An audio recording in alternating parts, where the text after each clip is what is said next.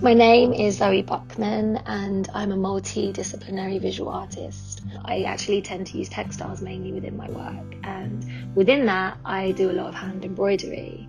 I collect vintage domestic textiles such as table runners and doilies and hankies and the like, because to me they speak to the female experience, joy and beauty and violence, and because they've had a life and a story before entering my studio.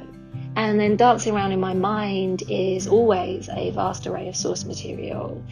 Messed up things people have said to me, beautiful things women have shared, texts I've read on the soul, the divine feminine, images and memories of times I felt empowered or wild or vulnerable, and times that I've experienced violence. At the start of the pandemic, when we were all limited and controlled by these external forces, I decided to start making work that was really about the inner wild woman that I see in all the women in my life.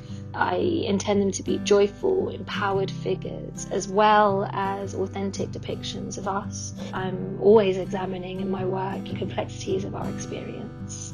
These forms are unfinished, they're growing or becoming undone, the threads are loose and the ink bleeds unpredictably, because I cannot control the art any more than we cannot be controlled and limited ourselves. Since the onset of the pandemic, I began embracing the unfinished in my work. We talk about heartbreak and loss as something that wounds us, and it does. But instead of knitting ourselves back together, I believe that life might be about teaching us how to live around what's missing. And so creating work where there are incomplete forms and where the ink bleeds unpredictably, that's teaching me as the artist how to surrender to what is and how to love it, however uncomfortable that personally makes me.